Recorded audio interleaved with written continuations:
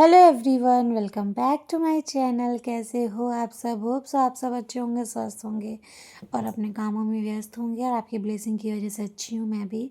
और ये है ससुराल के का दिन सेकंड और आज लास्ट डे भी है। हम आज घर वापस चले जाएंगे। यहाँ पे हमारी चुईया सो रही थी और ये है उनका बेटा कन्हैया। ये कुछ कुछ बातें कर रहा था मुझसे, देन वो जगी तो मैंने सोचा कि उसको थोड़ा सा और खिला लेते हैं, क्योंकि फिर तो हम चले जाएंगे घर शाम को। आज हमारी शाम की ट्रेन है और बस अपने शहर की ओर चल देंगे। और बस उसको खिलाया, फिर सब चले गए थे तो मैंने थोड़ा सा काम निपटाया और इसके बाद हम निकले मेरी प्यारी दीदी के यहाँ, यानी कि मेरी जो अनु दीदी हैं, मेरी ननंद हैं वो, उनके यहाँ जाने के लिए। बहुत स्वीट हैं। उनको मैं वो मुझे हमें काफ़ी टाइम से बुला रही थी, तो हम जल्दी आ नहीं पाते हैं। मतलब आते तो हमेशा ही हैं 5-6 महीने में, बट रुक नहीं पाते हैं। तो अब की बार हमारे पास थोड़ा सा टाइम था, तो हमने सोचा कि उनके यहाँ चले जाते हैं और अपने बहू मोड को ऑन किया। सर पे पल्लू, मैं साड़ियाँ वगैरह लेके नहीं गई थी क्योंकि मायके गई थी, तो वहाँ पे मैं साड़ियाँ लेके नहीं जाती हूँ, इसलिए मैं वहाँ से सूट ही पहन के उनके घर गई। बट अनफॉर्चुनेटली मैंने कोई वीडियो शूट नहीं किया उनके घर का, क्योंकि मुझे डर लग रहा था कि पता नहीं क्या कैसे हो, सब कंफर्टेबल होंगे कि नहीं, क्योंकि कैमरा ऑन करना बड़ी बात नहीं होती है, बट कैमरे में सबका कंफर्टेबल होना बड़ी बात होती है। देन वहाँ से हमारी विदाई हुई, हम लोग बातें की अच्छे से और रनु दीदी ने हमें विदा किया। हम आए शाम को अपने घर, 5-6 बजे आ गए थे हम उनके घर से। देन फिर भाभी कुछ काम कर रही थी, तो मैंने सोचा कि इसको थोड़ा सा खिला लेती हूँ। तो यहाँ पे हम दोनों मस्ती कर रहे थे, मैं थोड़ा सा इसका वीडियो शूट कर रही थी, बट मुझसे हो नहीं रहा था। मैंने बस ऐसे ट्राई किया और अपनी फटाफट अपनी पैकिंग करने लगी, क्योंकि हमें 10-10:30 बजे निकलना था। 11 बजे की हमारी ट्रेन थी और हम पहुँचे कानपुर सेंट्रल स्टेशन। और ये है हमारा लगेज और ये हैं पतिदेव जो फ़ोन चलाते हुए। और हमारे पास लगेज ज़्यादा था और अच्छा ये था कि हमें कहीं जाना नहीं था, हमारी ट्रेन सामने ही लगी हुई थी।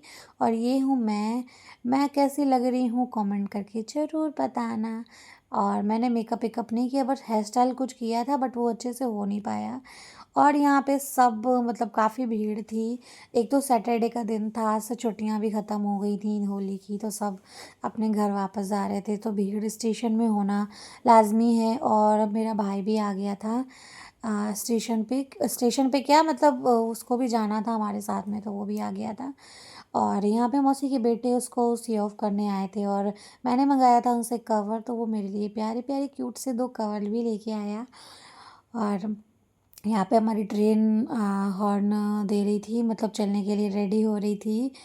और बस दिल में दुख दुख हो रही थी कि पता नहीं दोबारा कब मिलना हो घर वालों से, क्योंकि जल्दी आना जाना नहीं होता है। बहुत दूर, मतलब जहाँ हम रहते हैं बहुत दूर है। और बट कोई नहीं, यहाँ पे भी सब आ गए थे और उन्होंने क्यूट सी स्नैप बनाई मेरी।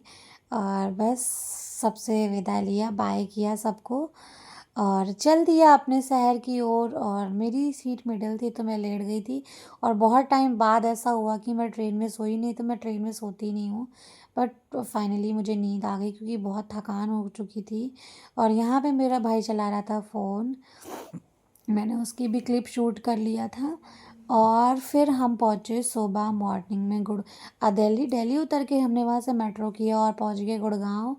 और ये गुड़गांव जब पहुँची थी तब का है, मेरी आंखें देखो स्वेलिंग सी हो रही है क्योंकि नींद पूरी नहीं हुई। 12-12:30 पे नींद आई 1 बजे और सुबह 5 बजे ही ट्रेन पहुँच गई थी दिल्ली, तो नींद पूरी नहीं हुई। बट कोई नहीं, यहाँ पे पतिदेव बस का वेट कर रहे थे।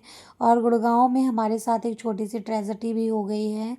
क्या हुआ है मैं आपको ये व्लॉग में बता नहीं सकती, बट भगवान ना करे किसी के साथ ऐसी चीज़ें हों।